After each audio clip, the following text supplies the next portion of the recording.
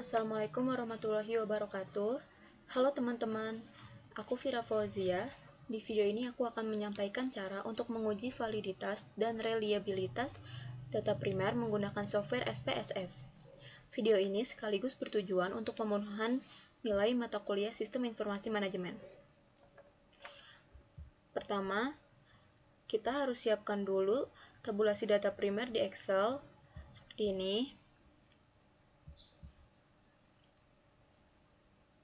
Contoh data ini diambil dari responden pada pengaruh kompetensi terhadap kualitas audit pada kantor akuntan publik di Jawa Tengah dan DIY. Data primer sendiri adalah jenis data utama penelitian yang proses pemerolehannya didapat langsung dari sumber primer atau orang-orang yang mengalami secara langsung peristiwa tersebut. Kedua, kita siapkan software SPSS yang harus kalian install terlebih dahulu.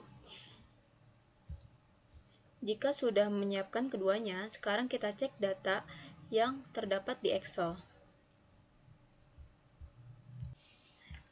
Tabel-tabel ini akan kita copy dan paste di halaman tabel SPSS. Bisa dilihat, di sini adalah butir-butir pernyataan, sedangkan ini nomor respondennya. Sekarang kita pindahkan yang ini.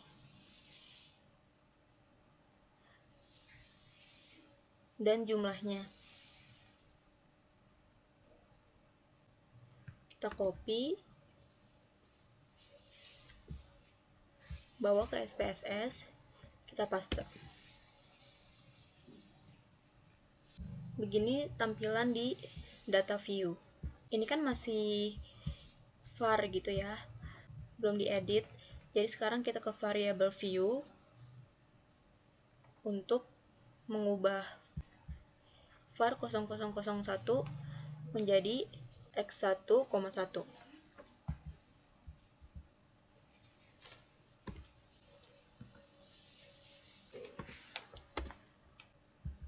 Yang keduanya juga diganti ya, jadi X1,2, terus ini jadi X1,3,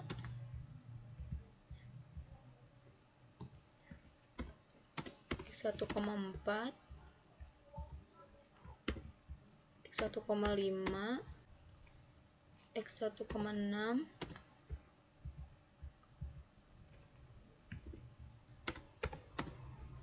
dan seterusnya sampai X1,10.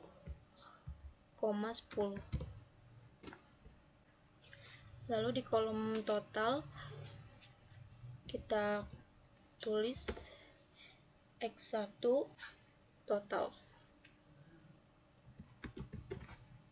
Jadinya di data view akan seperti ini. Nah, ini kan masih ada 0,00 ya. Sekarang harus kita ganti biar nggak ada 0,00-nya. Jadi di variable view, di kolom decimalsnya, kita nolkan semuanya.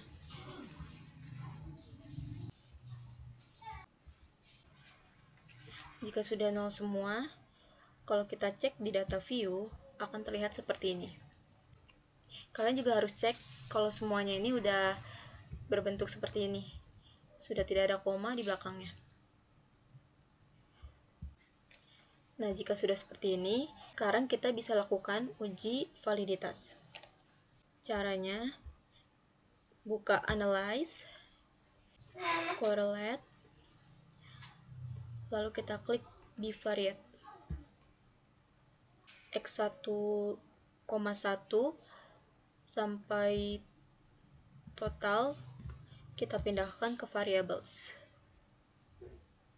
Jangan lupa Pearsonnya ini dalam keadaan terchecklist ya. Klik OK. Nanti data output correlation-nya akan terlihat seperti ini. Begini tampilan hasil uji coba validitas kompetensi. Dalam peraturannya, jika nilai R hitung lebih besar dari R tabel sama dengan valid. Coba kita lihat R tabel kita ini berapa. Cara menghitung R tabel sendiri bisa dilihat pada rumus ini. Di mana R sama dengan nilai R tabel, T sama dengan nilai T tabel, dan DF sama dengan derajat bebas. Sebelum mencari R table, kita harus mencari T table dan DF atau derajat bebas terlebih dahulu. Kita bisa menggunakan tabel distribusi atau menggunakan rumus T table menggunakan Excel sebagai berikut. Rumus ini akan dimasukkan ke dalam Microsoft Excel. Jika sudah dimasukkan, maka hasil yang didapat adalah T table sebesar 2,010. Kemudian kita akan mencari nilai DF untuk R table. Rumusnya adalah DF sama dengan N dibagi 2, di mana N dalam kasus ini sebanyak 49 jumlah responden. Maka didapat DF sama dengan 49 dikurang 2 sama dengan 47. Setelah nilai T table dan nilai DF ini diketahui, barulah kita masukkan ke rumus R table. Ketik pada Excel seperti berikut. Maka nilai R table yang didapat senilai 0,276. Di sini correlation-nya 0,811, yang mana lebih besar dari R table. Berarti angka ini valid. Teman-teman juga bisa cek kalau lebih besar dari R table yang tadi kita hitung atau 0,276, berarti datanya valid ya. Ini bisa kita lihat semua datanya valid. Jadi kita hanya bisa memakai yang valid. Kalau datanya lebih rendah dari R table, itu tidak valid. Sekarang kita cek pada nilai signifikasinya. Peraturan untuk nilai signifikasi yaitu nilai signifikasi yang valid harus lebih kecil dari 0,05. Sekarang bisa kita lihat di sininya adalah 0,000, yang mana lebih kecil dari 0,05. Berarti data yang ada di sini valid. Kalian bisa cek satu persatu apakah data signifikasi ini valid atau tidak. Nah, setelah selesai dengan uji coba validitas, sekarang kita akan menguji reliabilitas. Karena ini sudah ada datanya, jadi langsung aja kita ke Analyze, Scale, lalu klik Reliability Analysis. Caranya sama seperti yang validitas tadi.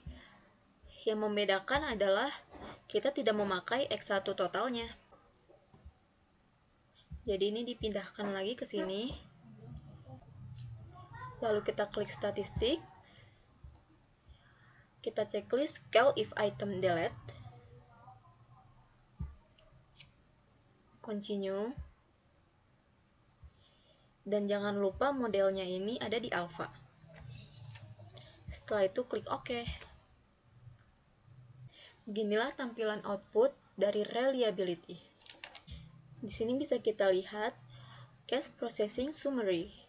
Casesnya valid, N-nya 49.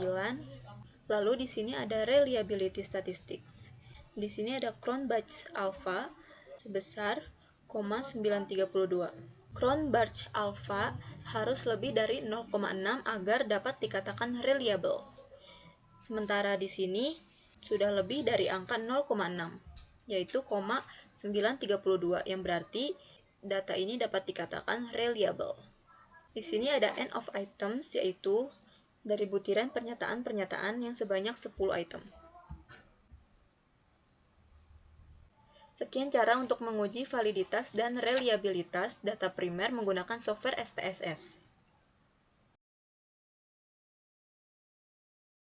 Sekarang kita akan beralih ke cara memasukkan data laporan keuangan atau data sekunder ke software SPSS. Di sini kita punya data sekunder dari penelitian yang berjudul pengaruh Return on Assets atau ROA, Return on Equity atau ROE, dan Price Earning Ratio atau PER terhadap harga saham pada perusahaan perbankan yang terdaftar di Bursa Efek Indonesia atau BEI dalam periode 2016 sampai 2019. Tampilan di bawah ini adalah tampilan data sekunder yang dimaksud. Data ini diambil dari laporan keuangan tahunan tiap perbankan. Bisa dilihat di sini ada 8 sektor perbankan. Setiap bank terdiri dari 4 sampel laporan keuangan per tahun, mulai dari 2016 sampai 2019. Bisa dilihat di sini terdapat data ROA, data ROE, data PER, dan harga saham. Sekarang kita akan siapkan software SPSS. Setelah terbuka tampilan di variable view, kita akan mengisi kolom nama dengan X1, X2, yang ketiga menjadi X3. Sementara yang keempat kita tulis Y. Kita juga akan mengisi di kolom label. Cara mengisi kolom label pada masing-masing bar ini disesuaikan dengan tabel nama. Pada X1 kita tulis row, kita samakan dengan data sekunder yang tadi kita lihat di Excel. Yang kedua, row. Yang ketiga, kita ubah jadi pair. Keempat adalah harga saham.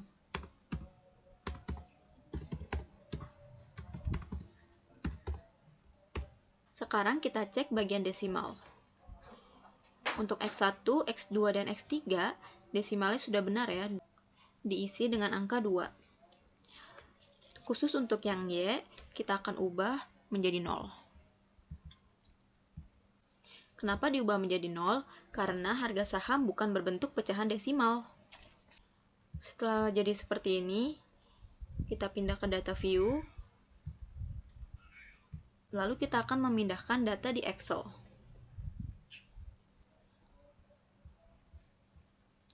Kita blok dari angka pertama sampai angka terakhir.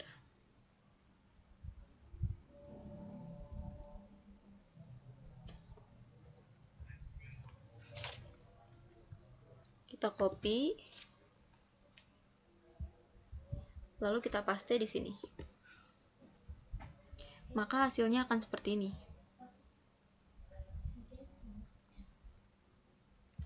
Bisa dilihat tabel X1, X2, dan X3, serta Y.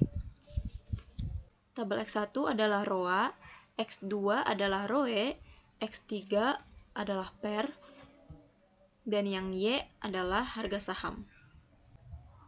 Lalu kita save. Kita akan save dengan nama laporan keuangan.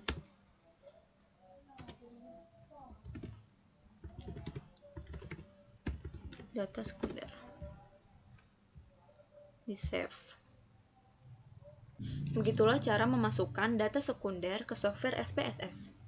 Terima kasih sudah menonton video YouTubeku ya teman-teman. Kalau kalian suka, jangan lupa klik like, atau kalau mau menambahkan kritik dan saran, bisa klik di kolom komentar ya teman-teman. Terima kasih.